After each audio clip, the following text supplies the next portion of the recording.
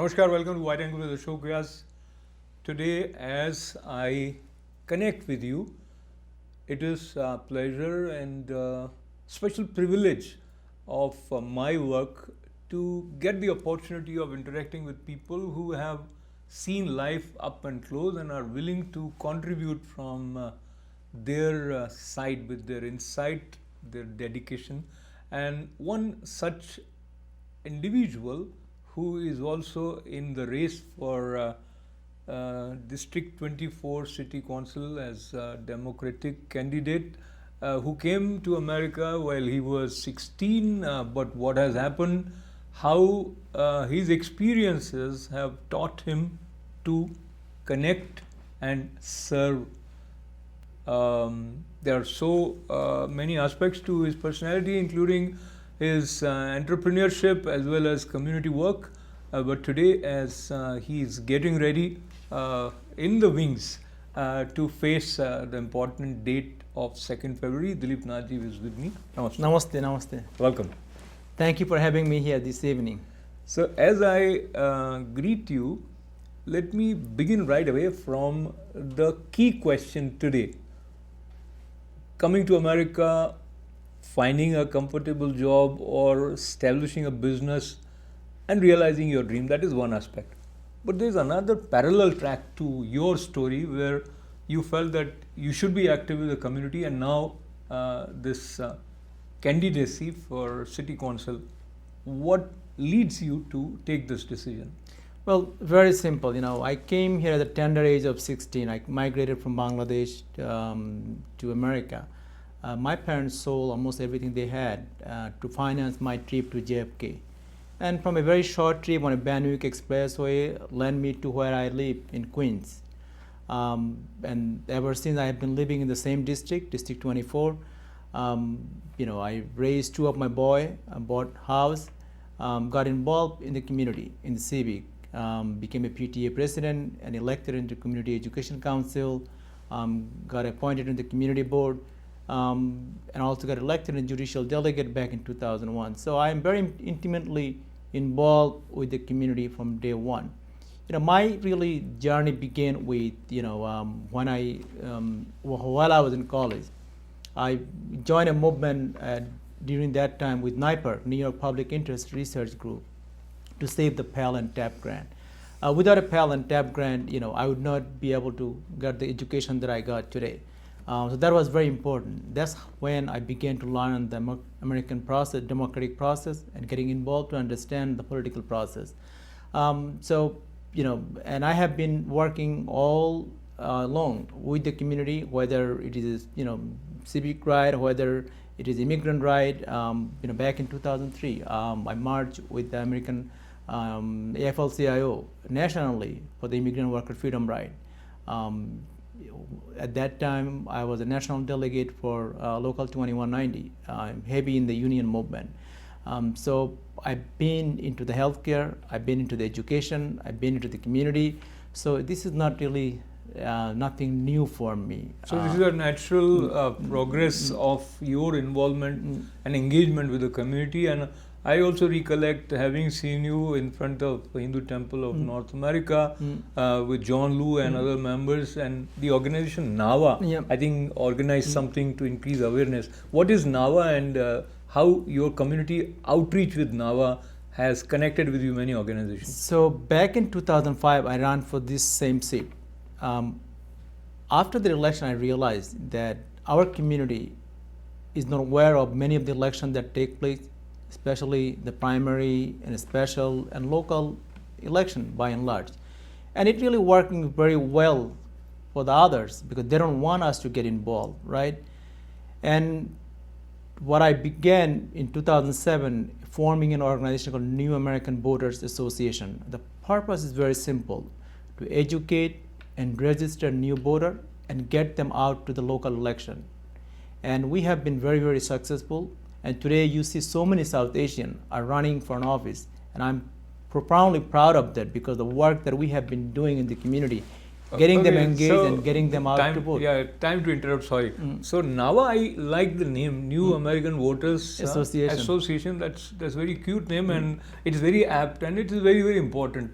So, how do you see the situation now in South Asian community in terms of their proactive approach in finding who is running in the race and actually going and casting their vote?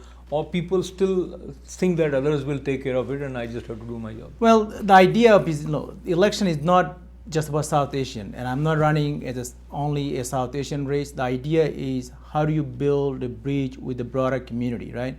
And it takes a year's worth of work. And I think through NAVA, what we have been doing, not only organizing the South Asian, but all of the new American, but also building a bridge with the broader community. Look, one of the beauty of Queens is, we speak 200 different languages from 190 different countries, right? And Queens is the beautiful mosaic of the diversity. And 51% people that live in the borough of Queens, they're born outside of America. So the work that we have been doing through NAVA is enormous, is really building the bridge with the broader community. And I think with that bondage would bring a progression in our election.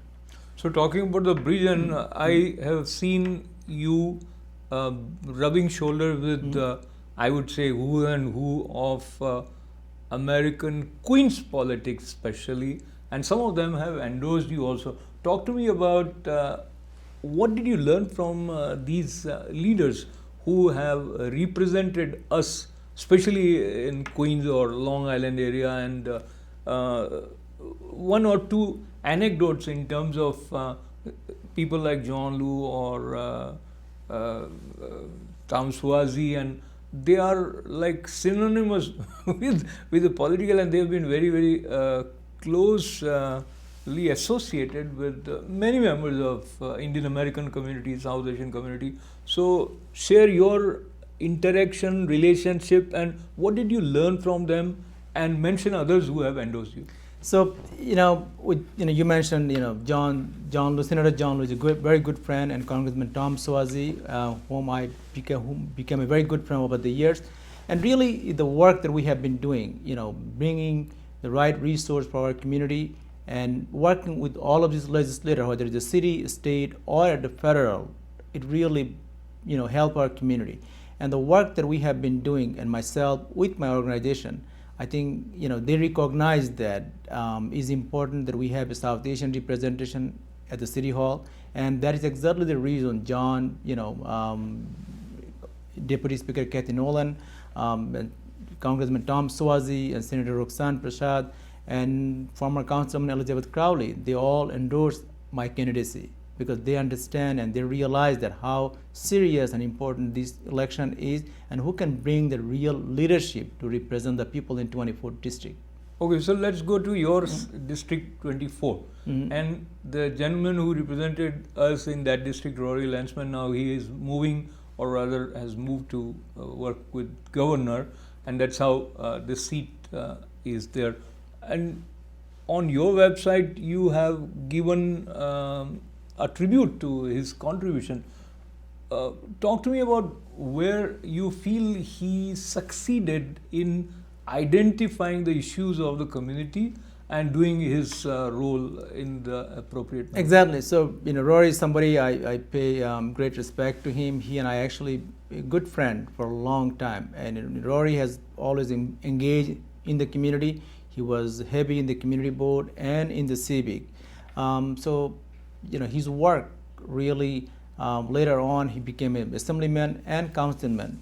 I think throughout his life, community has always first on his priority, and that's exactly the kind of leadership that I wanted to bring, taking care of the community issue first. The idea is, every children must have a good education, easy access to the education. Our senior must have a easy access to the health care. We must have a safe street, and easy transportation to the good paying job. These are the basic things that we must all make sure that is available for our community, and that's exactly the kind of leader I want to be. You're talking about issues, and education is definitely the foundation for development of good citizens, starting from the day one. Let us walk with your experience of having been educated in New York, and where you felt that there is something lacking, and you can contribute as city council member. Absolutely. Look, my background, I'm a healthcare and higher education executive in information technology. That's really my background. But by involvement in the community, being a PTA president and being elected into the Community Council Education Opportunities for the last 6 years, I have witnessed some of the challenges that our parents and the students are going through, especially during the pandemic. We are failing our children alone. When we sent the kids home last year in April, we sent them home. Basically, saying everything is going to be remote. Many of the children didn't have a tools or technology that can access to the online learning platform. Many low-income families could not even afford to have a good broadband, and forget about even having a laptop or iPad. And we cannot fail our children. Mayor and chancellor had colossally failing our children. 1.1 million children that are in public school system. So Dilipji, forgive me for asking you, but many times people feel that okay, he's a politician, okay, he's a city council member, but actually he's not doing anything. I mean, that is the general inner undercurrent of thought process which many people have. So help us understand, as a city council member, what is it that you can do to change this problem in the education? And here is a problem of budget, and there are lack of resources, and again, there are parents who depend on the after school programs. So if kids don't have that program, then one of the parent will have to leave his job, her job, and then come in. So all these issues are also an integral part of the education. Absolutely. So look, I'll give you an example. In my district, right, children are attending at a 200% occupancy, meaning a class size is double than norm, right? New York State had owed us $20 billion, and we need to fight to bring those dollars back and invest in our district. Specialized high school, our children has to travel 4 to 5 hours every day to get a good education. They have to go to Manhattan, Brooklyn, or Bronx, where 40% of the children that comes from Queens to attend these schools. Why not build a specialized high school here in the borough of Queens? I think we deserve that. Far too long, our community is not getting our fair share. So I want to fight the fight to bring the fair share for Queens and fair share for our district. Build more school seats so that we don't have to attend, our children don't have to attend at a 200% occupancy. And I want to make sure that all the low-income family, it is required, it is mandatory that we provide a free internet broadband so they can get access to the education, their children can get access to the education. So education, again, another few issues I would like to touch as the time permits. Safety of children is prime concern for parents as well as for anyone in the society. We still have some race-related issues, some bullying, and Absolutely. now, as you are a person from the technology, so social media bullying has also started distracting kids to areas where we don't want to go them. So do you have some ideas as to how we can prevent this from escalating? So the idea is, we are living in the era of social media era. Our generation that are growing today, they're growing with that new, norm. We cannot, isolate them from social media. Idea is, how do you engage them with the safety so that kids don't get bullied, right? That requires an early on education, and those education need to take place at the school. And what it really simply means, we need to provide enough resources to our schools so that they can prepare our children. And today, many of our schools are struggling with the fixed, budget. I mean, let alone, offering something extra curriculum or after school, where these kind of things can be taught not only to their children, but also is important to educate the parents how they can oversee their children. Because look, a lot of the immigrant families especially, they are not aware of all of this, how to navigate and protect the children in a safe way. So I think it's important that we have enough resource to the school so that we can have after school and other, so that we can educate not only children but also help our parents. Talking about parents, there are some parents who feel that they come, and I know you cater to everyone, but this channel is primarily watched by immigrants. So looking from their concerns, some of the new immigrants feel so much awed by the system that even if they go to PTA meetings, they feel they are sidelined. So I'm just thinking, not as a council member, but is there any way that to groom parents for doing their role in the system? And I think you have been a member of the Yes, I'm many not only such member. committees. I became a president of a PTL, one of the largest middle school in my district, magnet school. Look, the idea is we need to take part. We need to get involved. We cannot be shy away from some of these things. If we don't get involved, we are going to come short. And this is our future. This is our children's future. And if we don't get involved, and we're going to sit at the back seat, that's not what we wanted to do, right? So again, there are language barriers, there are cultural differences, there's so many things, right? The idea is the more we get involved, more we get engaged, okay, the better it's for our community, better for our children, and we can be always at the forefront of some of the issues that our children and we are facing as the parents and especially the brown people. So I think this year, and as this 2nd February election for District 24 is bringing a lot of South Asian faces in the race. That includes the gentleman sitting with me, and there are a couple more. So this is an exciting news from that point of view. But from the other point of view, that if we look at the division of potential voters, because they'll say he is from my community, he's from my, so some of the voters would get confused. But that we won't address. We will go to the other issue, which is related to public safety. And that is a big concern with the economic slowdown. The chances of law and order problems are increasing. And what is your take on that? This is a very exciting year. This is the first time in New York City we're having ranked choice voting. That means a voter can choose up to 5 people, rank them from 1 to 5. I'm asking all of the voters that you choose 5 of your favorite candidate, but choose me as the number 1, because I think I have the great potential to win this. Now, you mentioned the very important law and order.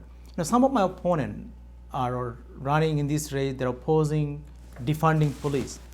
I think that is a disaster for our community. Right at this given moment, we cannot be talking about defund. We need to make sure we have a more police officer in our community that protect our community, that protect the brown people, that protect the new American people. Because as long as I've been here, I think our community has been a victim of the hate crime, and it's not going down. It's suddenly increasing in Queens. We have seen priests get beaten up by the temple, at the Gurdwara, you name it.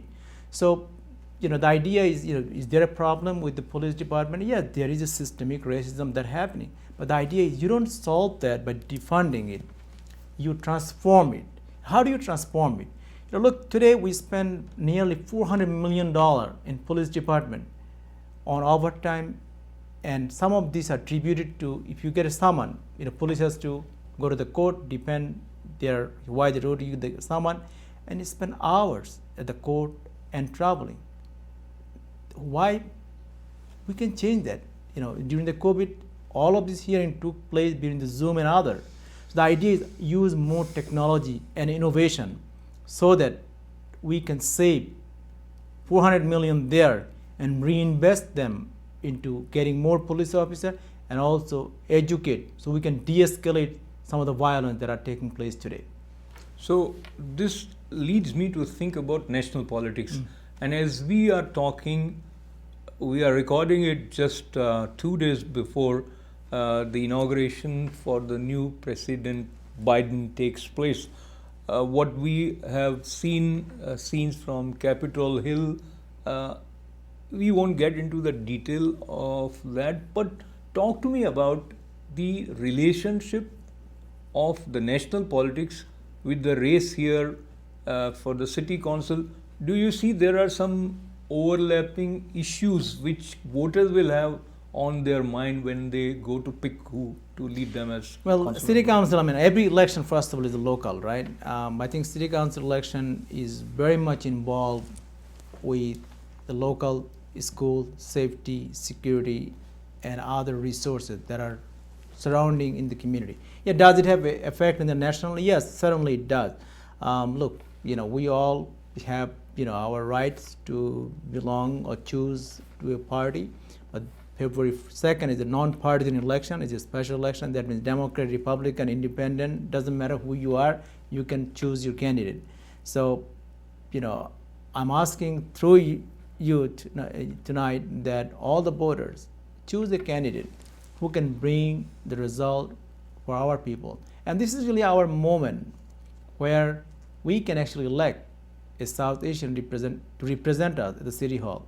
And I think I have that experience, I bring that experience, and as I have mentioned earlier, with the endorsement that I have in this campaign, this is the first time you see a brown candidate is being supported by some of the prominent politicians because they believe that it's time for us.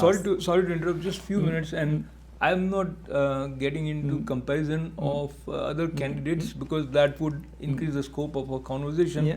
But allow me to say that most of the candidates would say that I have great potential, and each would bring their own logic, which is what we expect them to do. But very quickly, I want you to address another important area which is related to economy, and you are an entrepreneur yourself, and in terms of helping small business owners in District 24 or in general, what are your thoughts in what way they feel a kind of limiting factors that should be overcome as per Look, your during the pandemic, one other thing is what we see still we're going through a huge crisis.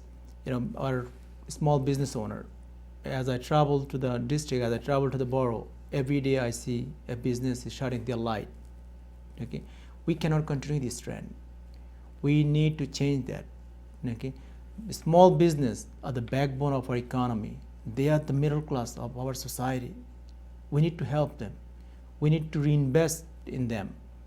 So one of the things that I have been proposing is to suspend commercial real estate tax for at least 1 year, so they can get on the feet as a landlord and a small business owner to get their business growing again. And not only that, also allow them to get a small grant, not a loan, but a grant, so that they can restart their business again. Without the small business, we don't have a community, we don't have a safety. So we should be safe, and we should move forward as one people, one nation, as well as the kind of representation which we need for District 24. There are few potential good candidates, and it is our good fortune to have you learn more about them, and the promises which Dilip Nath brings to the table are also worth considering and evaluating. But as we conclude, last 30 seconds, if there is a voter undecided, what is your pitch for them to favorably consider you? Look, COVID-19 had exposed some of the deadly flaws in our city. We lost so many jobs, we lost our loved one. It's time, and we're about to lose even more jobs. It's time that we rebuild. We rebuild right. We rebuild an equal city that has, great access for education for our children, easy access to the healthcare that creates more job. And I'm asking you to use your voice on February 2nd, so that I can use my voice as your council member, so that we can rebuild this city together. And I hope you'll consider me. Wonderful. Number one. Thank you. I appreciate you joining us here at ITV studio and helping us learn more about your vision. Joining us today, Dilip Nath, good wishes and thanks to him for being a part of this conversation and help us learn more about where we are in terms of the vision, in terms of our concerns. And it is always a pleasure to talk to someone who has enthusiasm in his heart and passion with which he wants to serve. So lots and lots of good wishes for you, sir. Thank you for having me again. So thanking Dilip ji and thanking all of you with lots of good wishes. This is Ashok Vyas. Thank you.